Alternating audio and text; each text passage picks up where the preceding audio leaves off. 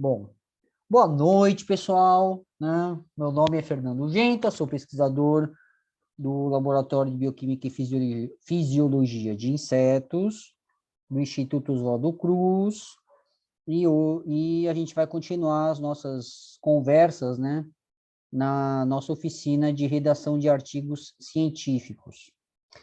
Na nossa reunião anterior, a gente tinha parado nesse ponto aqui, que a gente discutiu, né, que uma maneira de se começar a escrever um artigo, né, era fazendo uma lista de resultados e meio que organizando, né, quais seriam as figuras desse artigo, quais seriam as tabelas, quais são os resultados que entram, né, no texto.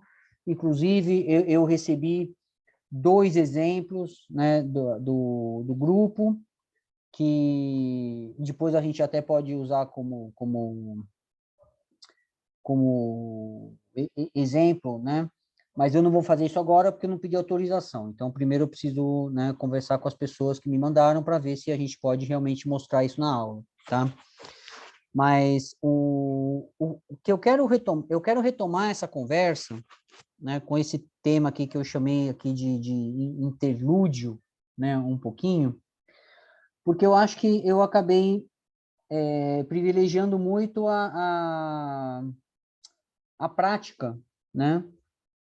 E acabei deixando de lado um ponto importante, que é conceitualmente importante, que é isso aqui, esse primeiro tópico, que é a relação entre projetos e artigos, tá? Por que que eu trouxe isso agora? Por 2 razões. A primeira é que essa estratégia que eu estou discutindo com vocês para a escrita de artigos científicos, ela é muito parecida com uma boa estratégia para você escrever projetos, tá? É claro que quando você vai escrever um projeto, né, você não vai ter os resultados, né, também não vai fazer discussão de resultados, mas a linha de pensamento, ela vai um pouquinho parecida, tá? Primeiro você pensa, e aqui eu coloquei na segunda linha, né, nos experimentos que você pretende fazer, nos tipos de resultado que você pretende obter, e ou nas hipóteses que você quer comprovar, tá? E de uma certa maneira, até antes, né, da gente discutir ou montar essa lista de resultados, né, lista de tabelas, lista de figuras, né, quem vai ser o que que eu espero obter, ou o que que eu já obtive ao longo do meu mestrado, ao longo do meu doutorado, ao longo da minha iniciação científica, né, a gente pode, né, já ter uma clareza, né, de onde você quer chegar e colocar isso, né, formalmente como um objetivo ou justificativo.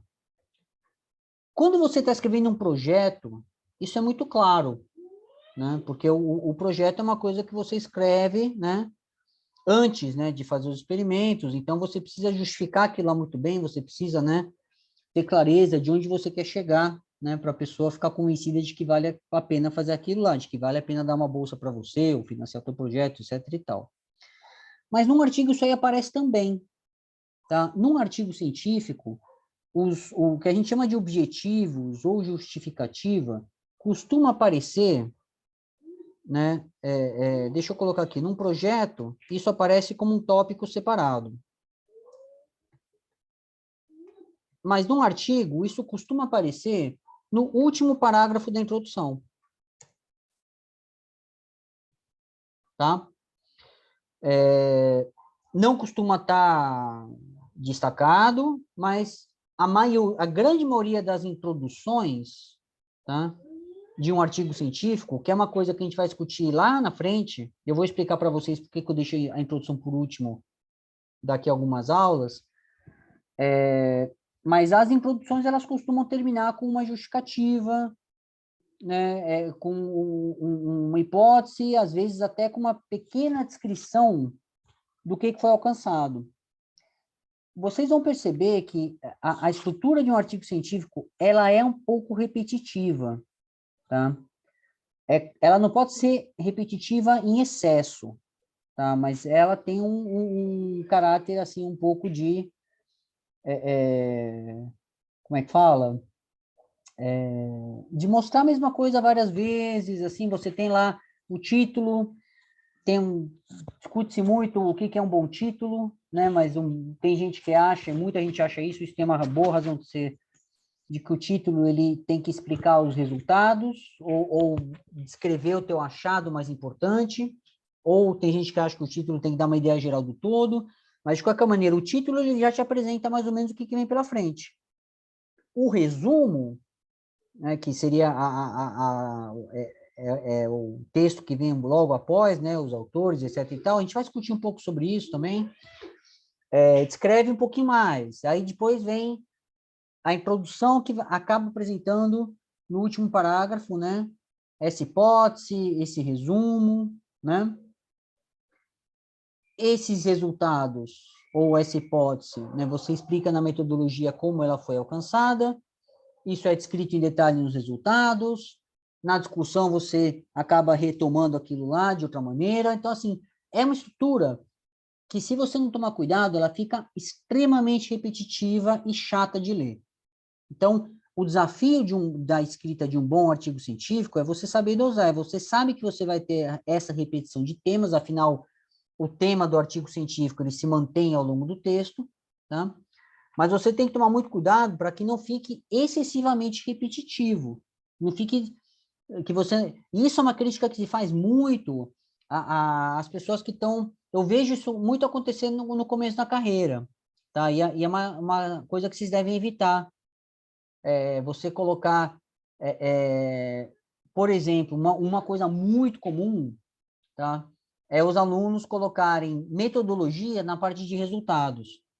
Você explicar como você fez os experimentos na parte onde você descreve o resultado dos experimentos.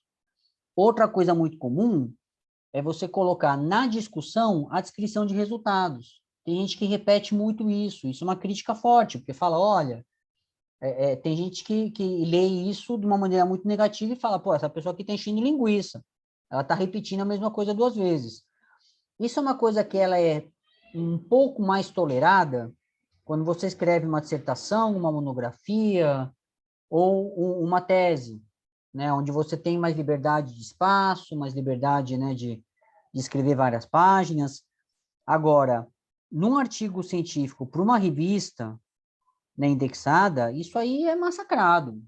O revisor vai mandar arrancar, olha, corta 10 páginas do teu artigo porque ele está super repetitivo e ninguém vai te falar onde que você tem que cortar exatamente, tá?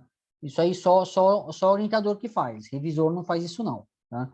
E nem todo orientador faz isso. Mas, enfim. Bom, seja como for, antes de você fazer essa lista de resultados, ou durante a confecção dessa lista de resultados, tá? Você já pode desenhar esse ponto que eu estou colocando aqui, né? Que pode ser uma hipótese, pode ser um objetivo descritivo, né? Então, vou colocar aqui, por exemplo, você pode ter um objetivo conectado com aquela coisa que eu falei, com aquela divisão conceitual do Data-Driven Research, de acho que 3 ou 4 aulas atrás, né? Você pode ter um objetivo descritivo. Ou você pode ter um objetivo que é um teste de uma hipótese. Ou você pode ter as duas coisas, tá? Em diferentes graus. Na verdade, quando você escreve um projeto, ou quando você começa a escrever um artigo, essa discussão é uma discussão fundamental, tá? Que muito provavelmente vocês vão ter com o orientador de vocês, ou com os colegas, ou com as vozes que existem nas suas cabeças, tá? Vocês vão parar para pensar e vão falar, não, olha só, onde que eu quero chegar? O que que eu quero descobrir? Isso se você estiver escrevendo um projeto, tá? Se você estiver escrevendo um artigo, muitas vezes a gente olha para aquele conjunto de resultados e faz uma reanálise, fala, olha, eu realmente estou atingindo o objetivo que eu pretendi inicialmente? Ou eu fui um pouquinho mais longe? Ou, caramba, eu não consegui provar tudo, mas eu provei um conjunto de hipóteses aqui, ou fiz um conjunto de descrições que com certeza merecem uma publicação. Mas eu preciso readequar o que eu imaginava como objetivos inicialmente, tá? Para poder ter uma boa justificativa para o meu artigo, né? Isso é fundamental. Uma das coisas que é mais exigida e que faz com que a gente e que mais reprova artigos científicos mal escritos é falta de coerência, falta de consistência. Então, não, muitas vezes você vê artigos nas revistas que tem uma quantidade de resultados muito pequenininha ou muito pontual, mas ele é todo coerente. Ele não está se propondo a fazer nada além do que está ali, tá? Então essa parte assim de objetivos, de justificativa, ela é muito importante, tá? Vale mencionar, peraí, eu me perdi aqui na... Não, enfim, é isso, tá? Então, assim, isso é uma coisa que pode ser definida. Então, por exemplo, num projeto, isso é uma discussão anterior, né? Eu vou colocar aqui a priori, né? Num artigo, é uma discussão. Eu vou evitar o termo discussão para não confundir com a parte de discussão, tá? Mas vamos colocar aqui definições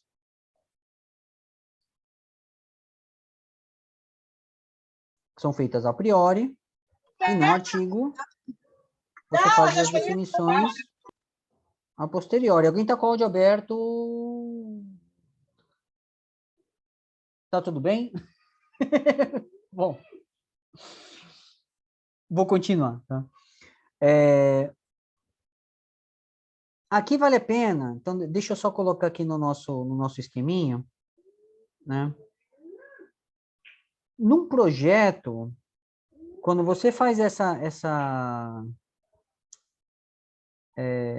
eu acho que nos dois casos aqui a gente tem que ter essa discussão filosófica, tá?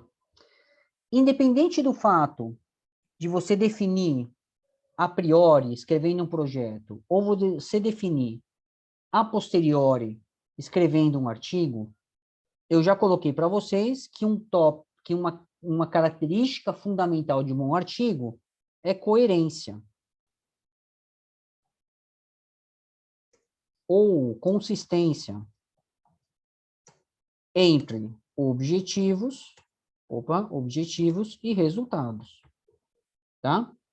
Fundamental. E vocês podem ser criticados nos dois sentidos. Você se propor a fazer uma coisa e não ter resultados que correspondem àquilo, tá? Ou não, é isso, é isso. Ou você, por exemplo, ter resultados a mais que não são perfeitamente explicitados nos seus objetivos, tá? Então, os dois casos são ruins. Você não pode ter um objetivo que seja maior que os seus resultados. Você promete que vai fazer A, B, C e entrega, né? Só o AB, por exemplo. E você também não pode ter um objetivo menor que os seus resultados. Por exemplo, você se propõe a descobrir a coisa A, e aí você apresenta, né, A, B, C. Vocês podem ser criticados nas duas situações, tá? Vou colocar aqui, não pode, né, para ficar bem claro, tá? Bom, aqui, como a gente está conversando sobre objetivos, a gente está falando também de projetos, mas isso também se aplica a artigos, tá? A gente aqui tem que ter uma conversa muito importante. Opa, perdão, pessoal. Sobre tipos e naturezas de perguntas, tá? Que isso tem a ver, na verdade, com essas coisas que vocês vão colocar como justificativas ou como hipóteses, né? Ou objetivos, tanto em projetos como em artigos, né? O que é uma boa justificativa? O que é uma boa hipótese? O que é um bom objetivo, né? Então, vamos colocar aqui, né? O que é um bom objetivo? E isso é uma coisa, assim, essa é uma das coisas mais importantes que vocês têm para aprender no laboratório, tá? A ciência, ela é a profissão de fazer perguntas. E vocês vão ser perguntadores profissionais, certo? Vocês vão ser pagos para fazer perguntas e pagos para responder perguntas. E aí, eu vou falar para vocês uma coisa que eu aprendi ao longo da carreira. Boas perguntas em ciência, na ciência atual, nem sempre foi assim, tá? Mas boas perguntas são perguntas que têm resposta. Isso é uma coisa meio besta, né? soa meio idiota. Mas o que eu estou querendo dizer com isso é que são perguntas que a gente consegue responder, que existe pelo menos a expectativa de conseguir responder. Tá? E o que define, né? Vamos colocar aqui, né? Quais são esses, o que a gente poderia colocar como critérios, né? Eu não sei como descrever isso, mas de qualidade de uma pergunta, ou vamos colocar aqui, possibilidade de resposta. Eu não vou inventar um termo para isso, né? Que seria respondabilidade, né? Enfim. Mas quais são esses critérios, né? O primeiro, muitas vezes, é baseado numa técnica. Olha, eu vou testar uma técnica que eu domino, que eu sei usar muito bem, e eu vou aplicar essa técnica a um modelo diferente, a um modelo novo, tá? Ou então eu vou tentar adequar essa técnica, né, a uma situação diferente, ou vou trazer uma técnica de um campo diferente de investigação para o meu. Isso é muito comum em ciência, tá? Mas quando você se baseia numa técnica bem fundamentada, ou você aprimora uma certa técnica, uma nova aplicação, muito provavelmente você vai conseguir responder as perguntas você vai conseguir responder uma série de perguntas interessantes, tá? Outra coisa que faz com que uma pergunta seja boa, tá? São bons modelos, tá? Então, assim, e se vocês olharem, aqui eu vou fazer um aconselhamento para vocês, tá? Assistam as aulas que estão no site, se vocês puderem, claro, tá? Mas isso é um conselho caridoso, né? Assistam as aulas dos prêmios Nobel, tá? Entra no site do Prêmio Nobel, tá? Lá tem as Nobel Lectures, e vocês vão perceber que muitos dessas grandes descobertas, elas se deram porque o pesquisador ele se deparou com um modelo perfeito para responder aquela pergunta. Tá? Era o organismo biológico ou a situação fisiológica ou aquela situação epidemiológica ou clínica, que era um exemplo perfeito para você conseguir definir aquela questão. Tá? Então, escolher um modelo adequado é fundamental. Tá? Vou dar um exemplo. Na verdade, assim, a ciência ela acaba sendo muito definida por isso. A gente às vezes não percebe, mas depois que começa a trabalhar num determinado campo de investigação, você percebe, né, que, olha, tem coisas que nunca foram estudadas, ou que não são estudadas, ou coisas que não puderam ser descobertas ainda, porque não dá, porque simplesmente a gente não tem condições de enfrentar aquele sistema, enfrentar aquele modelo. No nosso laboratório, por exemplo, a gente tem isso no dia a dia com uma clareza enorme. É muito difícil fazer experimentos, e isso a Dani ou as pessoas que trabalham na linha de imunidade, né, vão provavelmente concordar comigo. É muito difícil fazer experimentos de imunidade com linfas de primeiro insta de Hodgkin pruritus, por exemplo. Né? Porque o bicho é minúsculo, o bicho quase não tem hemolinfa. Como é que você vai conseguir recuperar, né, material para estudar? Isso acontece com flebotomínio também. É muito difícil estudar a imunidade de flebotomínio, né? Aí você tem uma limitação física, né, de quantidade de amostra, e por aí vai, tá? De qualquer maneira, tá? Além dessa questão de ter um bom modelo de estudo, uma coisa que caracteriza uma boa pergunta é você ter uma pergunta que seja bem definida, tá? Então,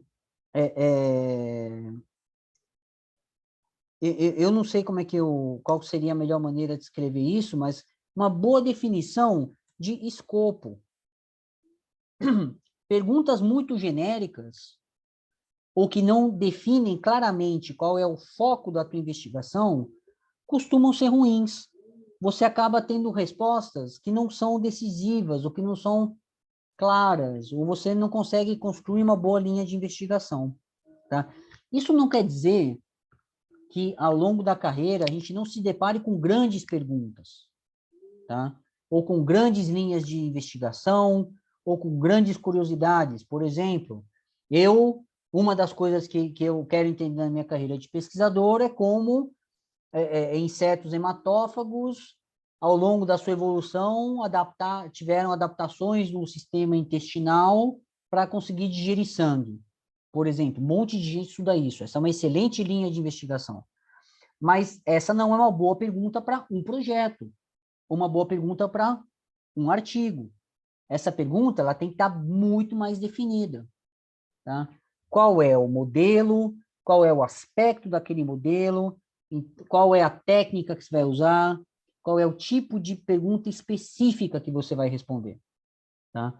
Então, aqui eu posso colocar uma coisa que caracteriza um bom projeto, o que caracteriza um bom artigo, é justamente isso, especificidade. Muito cuidado, porque isso aqui vocês vão encontrar muitas armadilhas na literatura, tá? Se vocês forem olhar nas revistas de alto impacto, ou naquelas revistas que acabam tendo uma repercussão, ou artigos, né, trabalhos que têm uma repercussão enorme na mídia, né? Aquilo muitas vezes vai estar vendido ou propagandeado como uma grande questão, né? E realmente muitas vezes é, né? E tem que ser, né?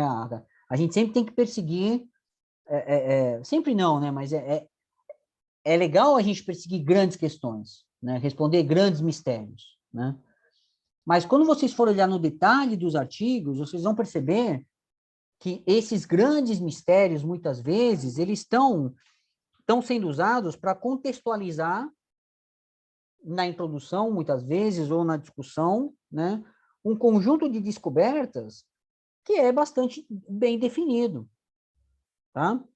Então, muito cuidado com isso. Então, a gente vive sempre num dilema, numa contradição, sabe? Embora a gente tenha sempre essa força motriz, né, das grandes questões e dos grandes mistérios, né, a gente vai resolver isso, a ciência resolve isso, através de investigações muito bem, né, com começo, meio e fim, muito específicas, né, na verdade, né, isso aí até remete a uma estratégia de vida, né, de solução de problemas, né, e é uma estratégia de solução de problemas. Isso é muito engraçado, que quando você vai ver, né, livros de gestão ou de algumas coisas assim, sei lá, de gerenciamento, né, vocês vão ver que uma das estratégias de solução de problemas, né,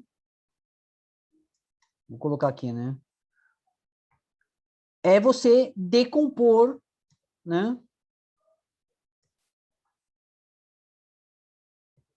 um problema grande em vários problemas pequenininhos. E aí você vai resolvendo os problemas pequenininhos um de cada vez. Depois que você resolver vários problemas pequenininhos, aí talvez você tenha a solução de um problemão, né, de uma grande questão, tá? E aí é que vem a importância das revisões bibliográficas, porque elas fazem justamente esse apanhado, né? E a gente vai falar, por isso que eu resolvi fazer o gancho, né, né, de falar um pouquinho de revisões hoje, se o tempo permitir, tá? Deixa eu colocar aqui, de problemas João, já vou te dar a palavra, deixa eu só escrever aqui. Em problemas pequenos. Fala, João. Eu sei que você já deu alguns exemplos, mas eu queria assim, um exemplo assim, maior de maus exemplos de perguntas, tipo de perguntas que você já viu que são erradas, que as pessoas costumam cometer um erro muito comum na hora de responder perguntas, de Tá, fazer perguntas. olha só. Primeiro, eu só vou chamar atenção para a questão de nomenclatura, tá? Que eu acho que uma pergunta, eu chamaria uma pergunta de errada se ela partisse de uma premissa errada. Que isso pode acontecer, tá? Isso acontece, né? Tem que tomar, dependendo do tipo de ciência, do campo de investigação, você depende muito de uma concatenação de premissas, né? Que às vezes a gente chama até de axiomas, né? E a partir desses axiomas você deriva o teu conhecimento, né? E se você tiver uma falha, né, conceitual no começo, né, você vai fazer uma investigação, enfim, comprometida, né? Mas perguntas que eu diria que são pouco produtivas, ou inadequadas, ou como é que fala? Perguntas ruins mesmo. Não sei, né? Eu vou dar exemplos da minha carreira que eu acho melhor, eu acho que é mais honesto, porque eu acho que vai ser mais ilustrativo, tá? E eu também não quero ficar expondo nenhum de vocês, tá? Falar dos projetos de vocês ou dos artigos de vocês, pelo amor de Deus, né? Quem sou eu? Mesmo porque metade de vocês são alunos meus, né? Eu não vou ficar metendo pau nos meus próprios projetos na frente de todo mundo, dos meus alunos, né? Acho que ninguém merece isso, né? Mas eu vou te dar alguns exemplos, tá? Quando eu estava no mestrado, tá? Eu era extremamente ambicioso, né? E não tinha muita consciência das limitações da pesquisa mesmo, sabe? Das limitações técnicas, das limitações, muitas vezes, de material, ou do fator mais difícil de equacionar na carreira científica, que é a limitação de tempo, tá? Assim, é extremamente difícil você dimensionar o tempo, você controlar o tempo. O tempo é o fator mais precioso que vocês têm e é o mais difícil de equacionar, tá? Ainda mais em época de pandemia. Não preciso nem entrar nesse tema, né? Mas, então, eu comecei a minha carreira científica estudando enzimas digestivas em gafanhoto, e aí o gafanhoto tinha algumas limitações, né? Eu também queria estudar outras enzimas, e aí eu comecei a estudar digestão em barata, né? Porque barata era um inseto mais fácil de criar, né? Um inseto maior, um inseto grande, e tinha todas as enzimas que eu queria. Então, eu fiz um passo que foi tecnicamente bom, que é escolher um bom modelo, né? Só que aí, como eu não tinha experiência, né, e eu era um cara muito cabeça dura, né, e eu não brigava com a minha orientadora, né, a gente não brigava de brigar, mas eu era muito cabeça dura e eu não ouvia ela, eu não ouvia muito ela, fazia coisa escondido, era muito cabeça dura e fazia do meu jeito, não queria, assim, meio que ignorava os conselhos dela, então eu botei na cabeça que eu ia purificar um conjunto de enzimas digestivas da barata que era impossível, percebe? Com uma variedade muito grande de especificidades. Então, em vez de eu seguir o conselho da minha orientadora e virar e falar, olha, Fernando, pega essa enzima aqui e estuda ela em profundidade para você responder essa e essa pergunta, para você também aprender essa e essa técnica, eu botei na cabeça que eu ia purificar todas as enzimas do inseto para ter um... E eu tinha essa mentalidade de falar, não, cara, a gente consegue fazer um mapa de toda a digestão desse inseto, purificando todas as enzimas e tendo um repertório, né, a gente vai conseguir entender todos os passos moleculares da digestão e tudo que acontece. Eu tinha essa ilusão. É óbvio que essa é uma pergunta ruim, percebe? Bom, é óbvio para mim hoje, né? Porque com os recursos que a gente tinha de tempo, material e dada a complexidade do sistema, essa era uma pergunta que eu não ia conseguir responder. O que eu consegui responder depois de 2 anos de trabalho, e isso foi uma puta cagada. Caramba, tá gravando, né? Bom, enfim, foi um erro, enfim, né? Na minha carreira, né? Eu fiquei, durante o mestrado, purifiquei 14 enzimas diferentes e não caracterizei nenhuma. Percebe? Cheguei no final da dissertação com um pH ótimo e uma curva de Michaelis para 14 enzimas. Ou seja, é um trabalho que ele abriu demais, percebe? E embora ele tenha reunido uma quantidade enorme de resultados, a minha dissertação de mestrado é um catatal, um calhamaço, tem um monte de experimento, percebe? Mas é tudo muito vago, é tudo muito aberto. É claro que eu consigo virar para você e criar uma pergunta que englobe todos esses resultados, que vire para você e fale, não, olha, estamos fazendo um repertório das atividades, né? Mas, no final das contas, o que eu percebi, na verdade, não só percebi, eu tomei uma baita chamada da minha orientadora, né? É que a minha dissertação não tinha foco. Eu não tinha uma pergunta clara. Tá? Então, uma pergunta muito vaga é uma pergunta ruim. Então, caracterizar todas as enzimas de um animal é uma pergunta ruim, dependendo da ferramenta que você tem. A ferramenta que eu tinha de purificar e fazer ensaios enzimáticos não é adequada. Tudo bem, João? Respondi? Respondido. Ótimo. Tá? Isso é muito difícil de fazer às vezes. Tá? Isso é muito difícil de fazer. Tá? Especialmente no começo da carreira, e especialmente até para quem tem mais experiência, às vezes é muito difícil de fazer, porque você está se propondo num campo novo, ou num modelo novo, ou com uma técnica nova que você não conhece muito bem. Faz parte da ciência isso. Tá? Às vezes você está escrevendo um projeto, você vai investigar uma coisa nova, você tem curiosidade, a gente também tem necessidade de escrever, né, né de completar campos do conhecimento que não sejam, né, cobertos, né, e às vezes é difícil fazer isso. É uma arte, é uma coisa que a gente vai pegando com o tempo e muitas vezes a gente quebra a cara, tá? Enfim, tá? Bom, então assim, seja na hora de escrever um projeto e pensar nos experimentos que você vai fazer, ou seja na hora de escrever um artigo a partir dos dados que você obteve, né, durante a realização de um projeto, quando você for escrever o objetivo ou a justificativa, tem que ter isso em mente, tá?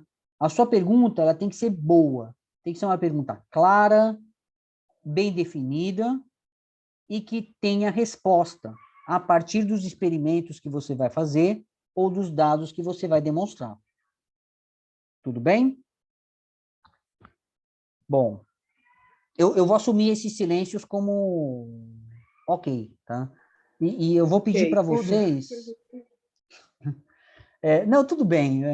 Eu vou pedir para vocês, olha, se vocês tiverem perguntas, me interrompam mesmo, tá? Porque como eu estou projetando a tela, eu não consigo ver todos vocês. Então, se alguém levantar a mão ou colocar coisas no chat, eu não vejo, eu não tenho como ver, tá? Então, se alguém colocou perguntas no chat, por favor, abre o áudio aí e fala, porque eu não tenho como ver, tá?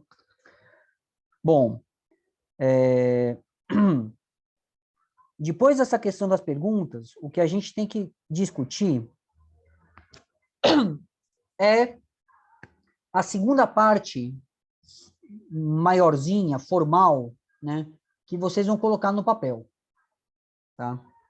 Se for um projeto, na verdade, olha só, uma coisa interessante, para quem estiver escrevendo projeto, ou,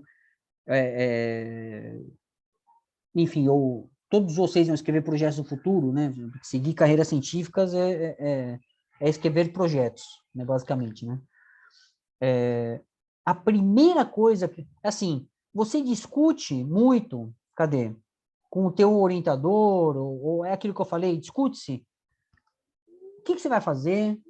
Quais são as técnicas que a gente tem? Quais são os sistemas, os modelos? Que tipo de experimento que a gente pode fazer? Que tipo de pergunta, mais ou menos, que a gente consegue responder?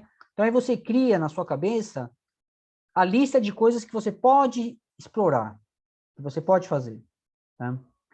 Com isso, você cria, né, com muita clareza, os teus objetivos. Então, num projeto, a primeira coisa que se bota no papel, meu conselho, tá? Tem N maneiras de trabalhar, mas eu costumo trabalhar assim. A primeira coisa que eu coloco no papel é o objetivo. É o que me dá clareza, é o que me dá norte, né? Num projeto, você coloca... Deixa eu ver onde que eu botaria isso. Num projeto é um tópico separado e geralmente vem com objetivo geral e objetivos específicos. Vamos conversar um pouquinho sobre isso aqui separado, acho que vale a pena. Num artigo, isso aí aparece, como eu acabei de falar, né, de uma maneira um pouco diferente, tá? Isso aí aparece no final da introdução, tá? A gente vai chegar lá, tá? Mas qual que é a diferença entre um objetivo geral e objetivos específicos, tá? Como o próprio, né, a forma aqui está indicando, né, um objetivo geral, normalmente, é um só, é uma coisa só, é uma pergunta grande, uma pergunta ampla, tá? Então, costuma ser é amplo, isso não quer dizer que ele seja ruim, tem que tomar cuidado.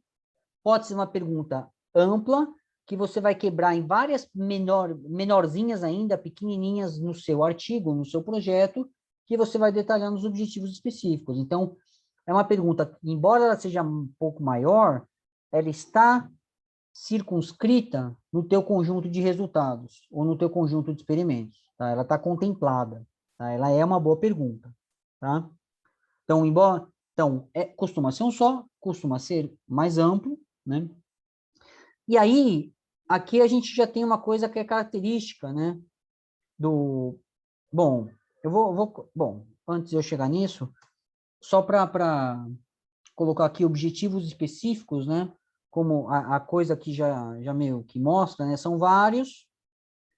E esses objetivos específicos, normalmente, são uma lista que corresponde, ou tem uma certa correspondência, tá? Com os experimentos que você vai fazer, com a metodologia que você vai aplicar, até com os resultados que você pretende obter ou já obteve, tá? Eu acho que se a gente for pegar exemplos, né, isso vai ficar muito claro. Eu acho que a partir da semana que vem eu vou pegar alguns exemplos e projetar para a gente fazer uma aula a gente está meio que descrevendo a anatomia desses documentos, então a gente faz uma dissecção, né, de um projeto de pesquisa ou de um artigo para mostrar como é que essas coisas aparecem, tá? Mas essa lista de objetivos específicos geralmente tem uma correspondência muito clara com a metodologia e com os resultados. Ok? E aqui vale dizer que objetivos, eles sempre aparecem no texto como ações, tá? Coisas que você vai fazer, ou coisas que você se propôs a fazer, tá? Então, em português, isso costuma aparecer como verbos, né? Ações são verbos, né? Ou verbos são ações, enfim, no infinitivo. Tá? Então, exemplos aqui. Objetivos desse trabalho é caracterizar, descrever, detalhar, ou purificar, ou, sei lá, determinar, ou testar, e assim por diante. Lembrando que a sua frase que define o teu objetivo, mesmo que ele seja ele geral ou específico, ela tem que ser clara e específica, tá? Então, por exemplo, né? Vou colocar aqui um exemplo, um exemplo. Pegar um exemplo da minha carreira, tá? Eu não posso colocar que o objetivo geral do artigo que eu publiquei no meu doutorado, tá? Era estudar a barata. Isso não tem especificidade nenhuma, né? Mesmo que isso seja um objetivo geral, não faz sentido. Também não tem especificidade, né, suficiente colocar que eu vou estudar a digestão da barata, ou muito menos as enzimas digestivas da barata. Dependendo do trabalho, você até consegue, né, um objetivo que quase chega nisso, né? Naqueles trabalhos, a Caroline Moraes, ela publicou um artigo um pouco assim, com Flebs, no doutorado, onde ela fez um screening, né, um rastreamento de atividades enzimáticas para ter uma descrição, né? Olha, que enzimas que esse inseto tem, tá? Então, dependendo do tipo de resultados que a gente apresenta, esse objetivo aqui até que não está tão ruim, né? Mas a gente pode colocar aqui descrever, né?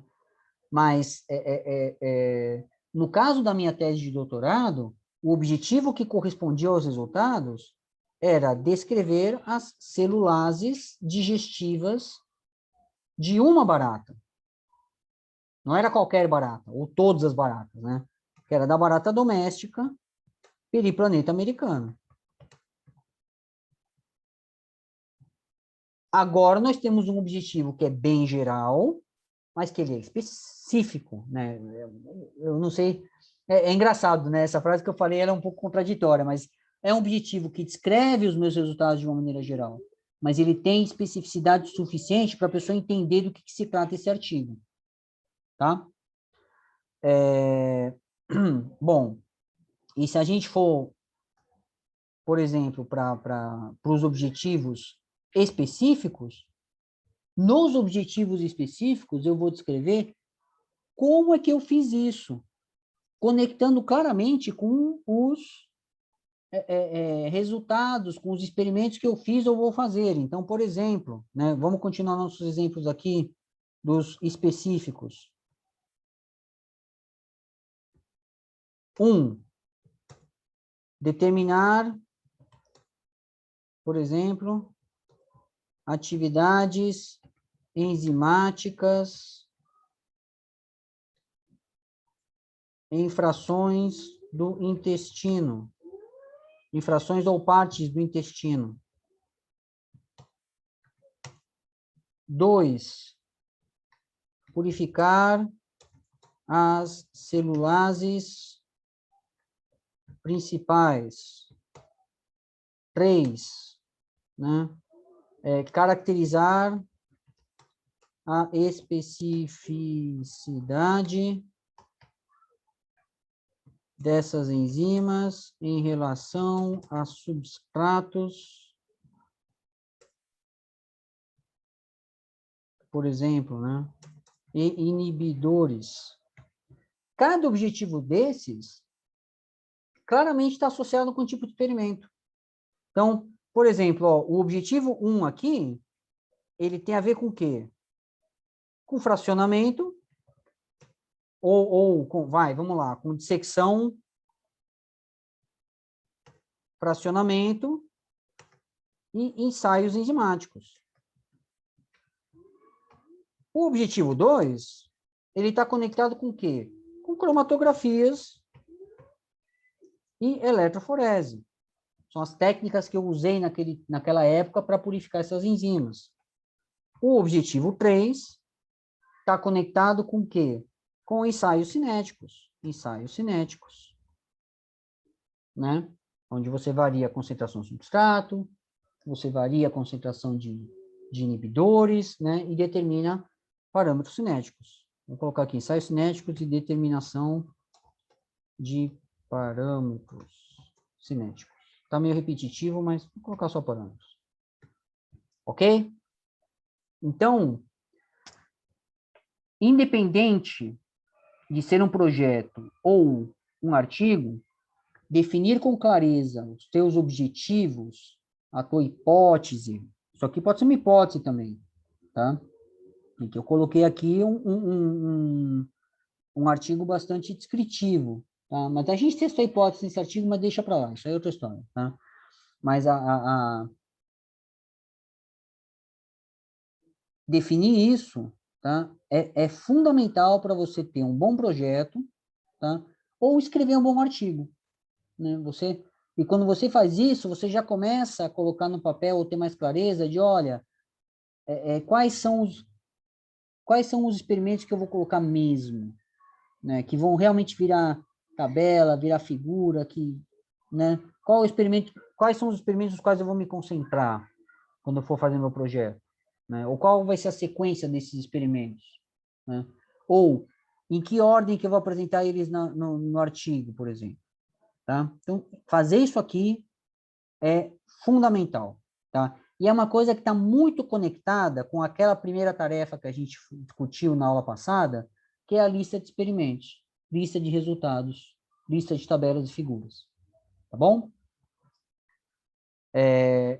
Continuando, e eu não vou ir muito mais longe do que isso não, porque a gente já está dando 1 hora de aula, mas eu vou só passar esse ponto aqui. Talvez eu não esmiúce muito, mas eu acho que vale a pena a gente começar, tá? A segunda coisa que a gente coloca no papel para valer, ou a terceira, né, se a gente estiver escrevendo um projeto, ou se você realmente quiser colocar isso no papel, né, para ter muita clareza, né, disso, então a gente pode colocar aqui, por exemplo, vamos mudar isso aqui, vai, vamos colocar aqui terceiro passo. Né? E aqui a gente coloca segundo passo. Tá? É a metodologia. Por que eu recomendo aos alunos escrever a metodologia antes de qualquer coisa? Né? Essa aqui vai ser a primeira parte de texto que você vai botar no papel para valer. Tá? Porque lista de resultados é uma lista, objetivos é um parágrafo, né? Ou às vezes uma lista de tópicos também, né? O primeiro texto que você vai botar no papel para valer, você vai ter páginas de texto, tá? É a metodologia. E por que eu faço isso? Tá? Por várias razões. Tá? A primeira razão, né? Vamos colocar aqui, é porque é mais fácil. Tá? E é mais fácil por vários motivos. Tá? É claro que isso não quer dizer que não seja uma tarefa, às vezes, muito complexa. Tá? Mas é relativamente mais fácil você elencar os elementos de uma metodologia e colocar eles no papel do que escrever as outras partes do artigo ou do projeto. Tá? Por quê? Porque a metodologia, ela acaba sendo uma lista ou, vamos colocar aqui, uma lista mais detalhada, tá? De, né, técnicas. Tá? E essa lista detalhada de técnicas, ela é essencialmente descritiva. Tá? Então, vamos colocar aqui. Descritiva. Na metodologia, você não tem que justificar nada, tá? Você não tem que interpretar nada, você não tem que chegar em nenhuma conclusão. Tá? Muito cuidado com isso. Tá? Não se justifica por que você usou aquela técnica ou por que você fez as coisas daquele jeito numa metodologia. Tá? Isso você faz na parte de resultados. Às vezes na introdução, mas nunca na metodologia. Tá? A metodologia, ela é uma descrição. É como se fosse um livro de receitas culinárias. Assim, se você, tá lá, bolo de cenoura. Vai ter os ingredientes e vai ter os passos. Tá? Ninguém vai ficar explicando numa receita, a gente usa 3 ovos em vez de 4, porque se você usar 4 ovos, o bolo vai ficar solado. ou então ele vai ficar muito mole, enfim. Não tem, vocês não encontram isso em livros de receitas, né? Da mesma maneira, você não encontra isso na metodologia. Tá? Na metodologia, você só descreve o que você pretende fazer ou o que você fez. Quais foram os materiais que você usou, quais foram as condições que você usou, qual foi a técnica que você usou, qual foi o tipo de análise que você usou para interpretar os resultados. É isso. Tá? Além disso, tá? Além de ser uma coisa teoricamente mais fácil, tá? Escrever a metodologia é uma coisa que te dá muita clareza. Tá? Porque quando você coloca no papel, em detalhes, o que você usou, como você usou, né? O que você fez, você acaba tendo uma clareza enorme dos resultados que você obteve, da sequência, da sequência que você seguiu, o que você vai seguir, tá? De por que você fez esses experimentos. Então, são coisas que você não vai botar no papel. Mas quando você for escrever a parte de resultados, elas vão estar claras na tua mente. Tá? Ou, dependendo do nível de toque ou de organização que você tem, você vai elencando, escrevendo, anotando isso em algum lugar, ou gravando, enfim, para ter o registro para quando você for escrever a parte de resultados.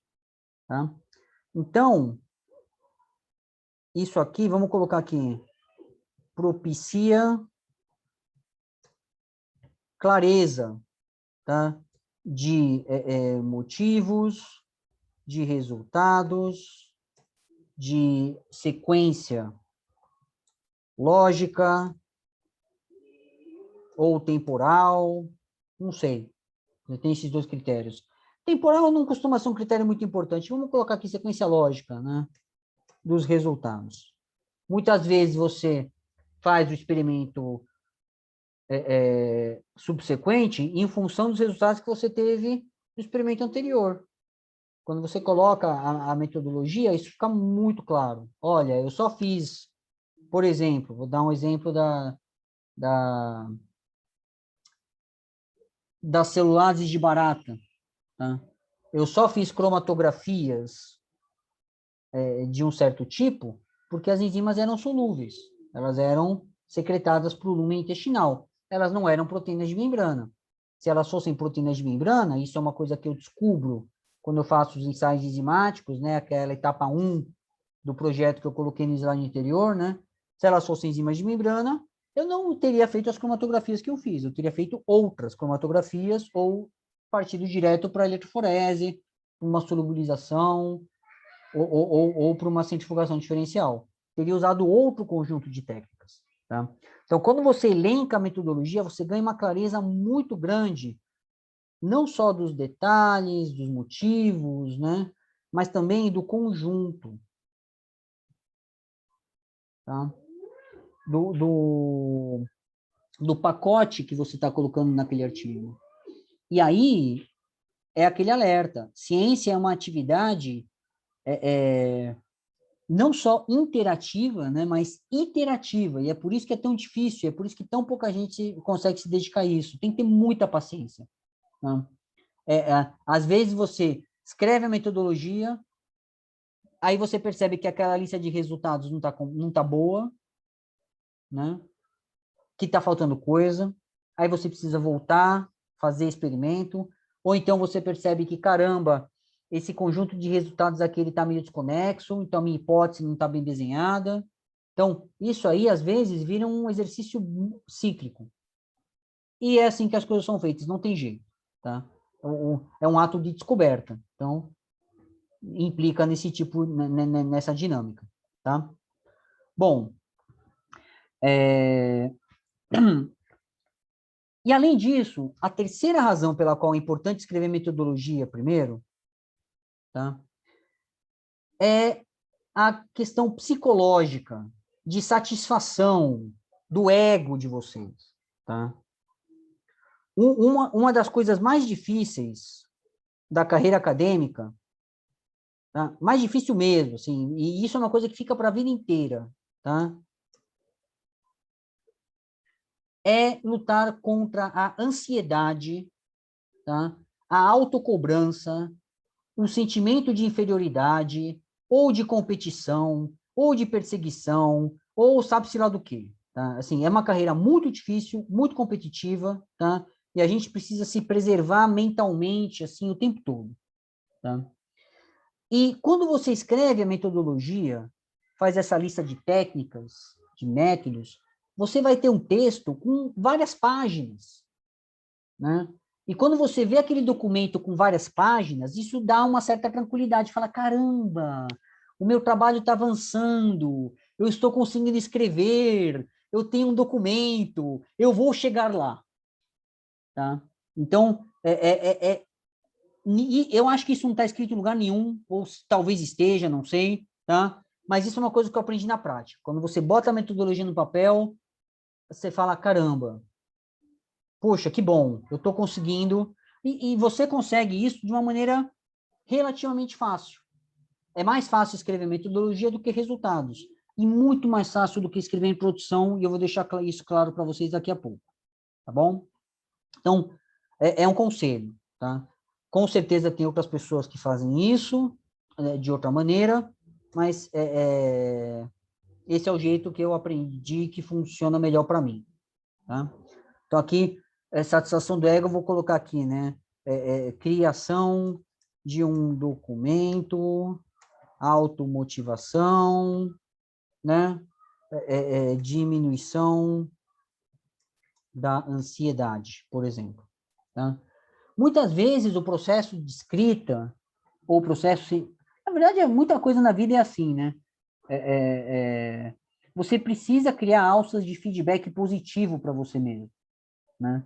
Então, e na escrita de artigos científicos, essa é uma excelente alça, né? Você vai ver a tua metodologia ali e vai falar, caramba, nossa, que legal, né? O meu paper está saindo, né? E aí você ganha um pouco de ânimo para passar para a parte de resultados, que é o que vem depois, tá? Bom, pensando em metodologia, vocês vão ver em muitas revistas, tá? Apresentado como material e métodos, tá? Eu vou falar primeiro dessa parte de materiais, tá? E aí a gente continua na semana que vem com a parte de métodos, tá? Porque a gente já está dando mais ou menos uma hora e eu não quero exagerar, tá?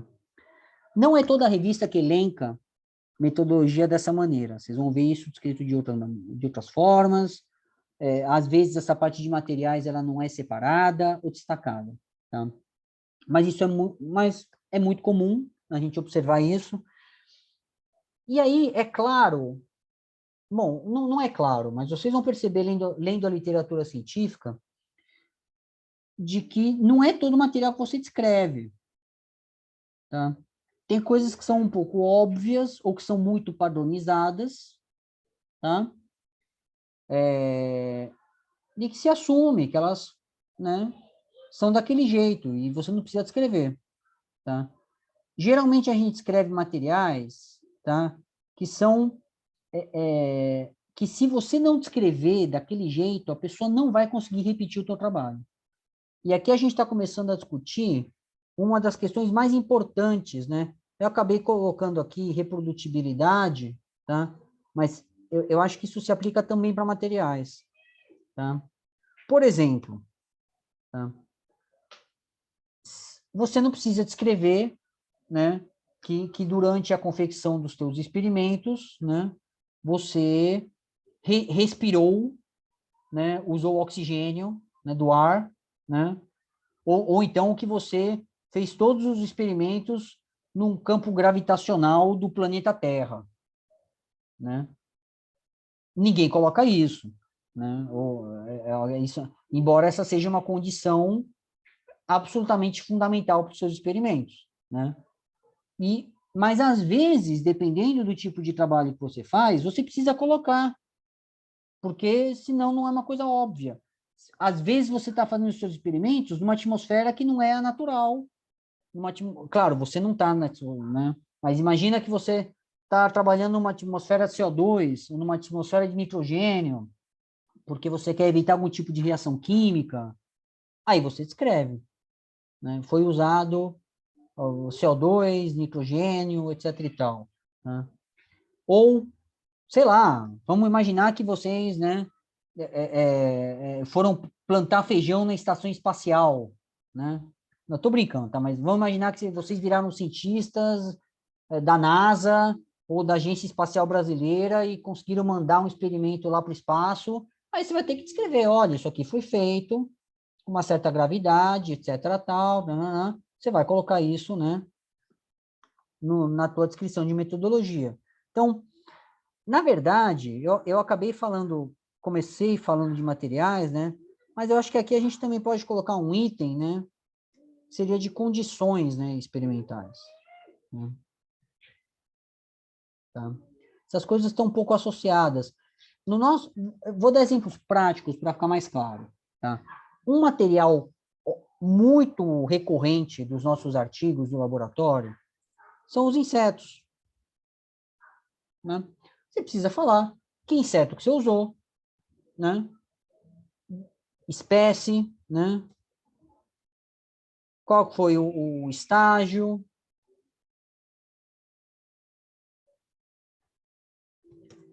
como ele foi criado. Então, isso já tem a ver um pouco com as condições, né?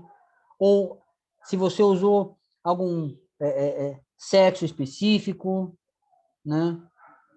Macho ou fêmea, ou misturado, né? São características da amostra biológica que você usou.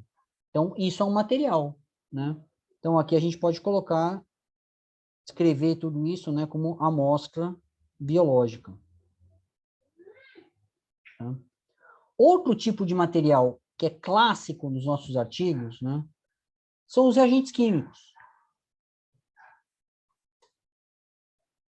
Por exemplo. Agora, você não precisa escrever todos os reagentes químicos que você usou, tá? O que se faz normalmente é descrever reagentes que são muito específicos, tá? Que, ou que foram, às vezes, né? Isso não é muito comum no nosso laboratório hoje, mas às vezes a gente prepara o reagente, você sintetiza quimicamente o reagente. Eu fiz isso no meu doutorado. Ou aí você precisa descrever, olha, como é que foi a síntese que você realizou para ter aquele composto que você usou nos experimentos. Ou então você cita, olha, assim está descrito em tal lugar, foi feito daquela maneira. Às vezes você vai usar um reagente, né? Então, por exemplo, vou colocar aqui, síntese é um caso, ou às vezes você precisa descrever a exata pureza daquele reagente. Ou a fonte. Se você, por exemplo, tem comercialmente, tá, um reagente que é vendido pelas empresas com diferentes graus de pureza, tá? E se isso é uma coisa absolutamente crítica para o teu trabalho, é importante destacar isso. Tá? Você coloca, olha, foi usado, por exemplo, coma-se Blue G 95%, porque comercialmente tem uns 50% que não presta. Que não presta entre altos, perdão, sorry, que não serve para fazer boas quantificações de proteína. Tá? Ele presta para muita coisa, tá? Ele só não serve para quantificação de proteína. Me desculpe, tá bom? Às vezes a fonte é importante, tá? Vou dar um exemplo. Eu no meu doutorado usava os polissacarídeos de planta, que dependendo da planta que ele era extraído, a estrutura química era completamente diferente. Então eu precisava falar, olha, foi usado como substrato a beta-glucana de aveia, ou a beta-glucana de banana. Isso tinha que ficar muito claro, qual foi o substrato que eu usei. Tá? Uma coisa que às vezes é feita nos artigos é, olha, você descreve esse tipo de situação muito específica. Essa coisa de fonte muitas vezes está relacionada a produtos naturais, né? E aí, às vezes, você precisa descrever não só apenas a fonte, né? Mas como aquilo lá foi obtido, né? Eu não sei se a Juliana tá assistindo aqui, mas, caramba, por que eu não estou conseguindo? Tá. Eu estou.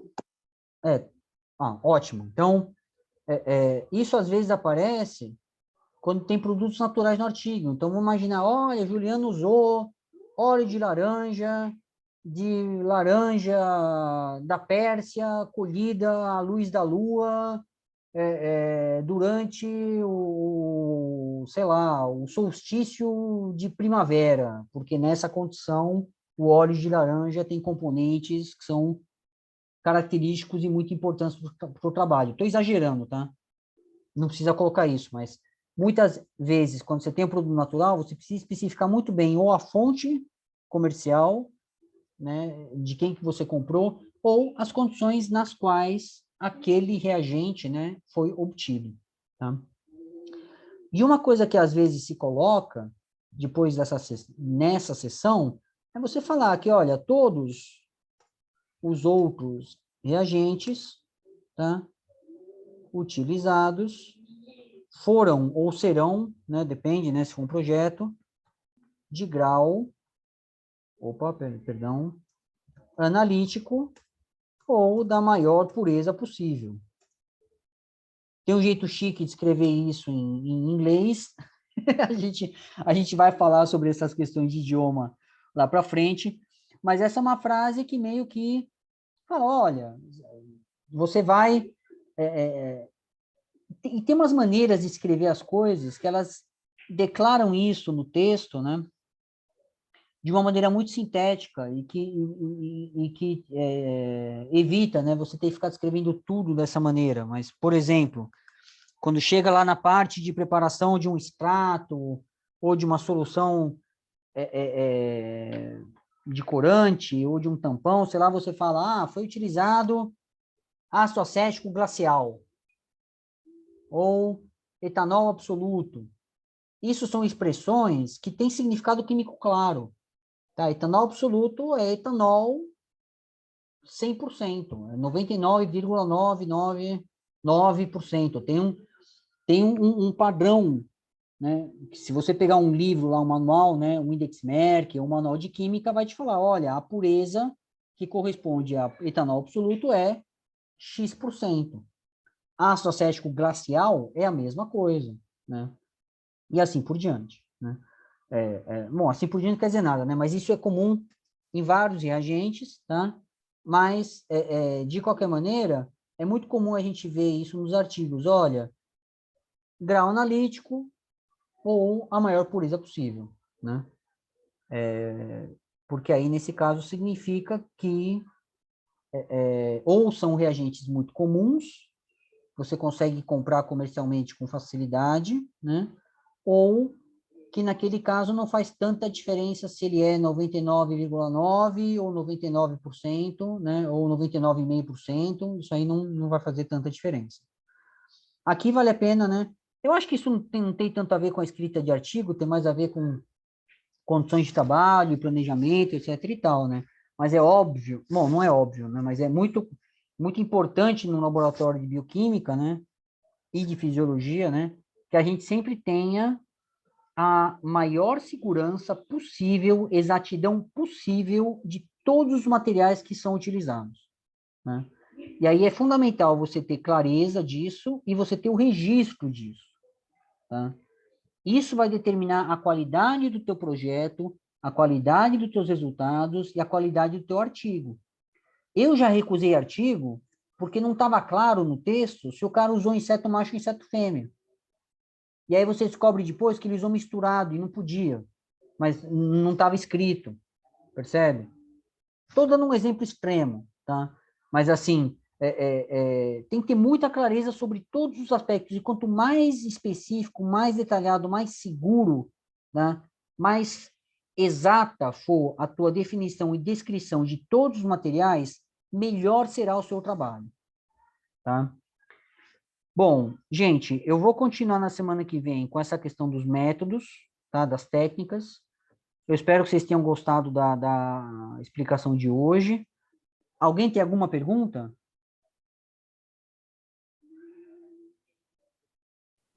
Tá tranquilo.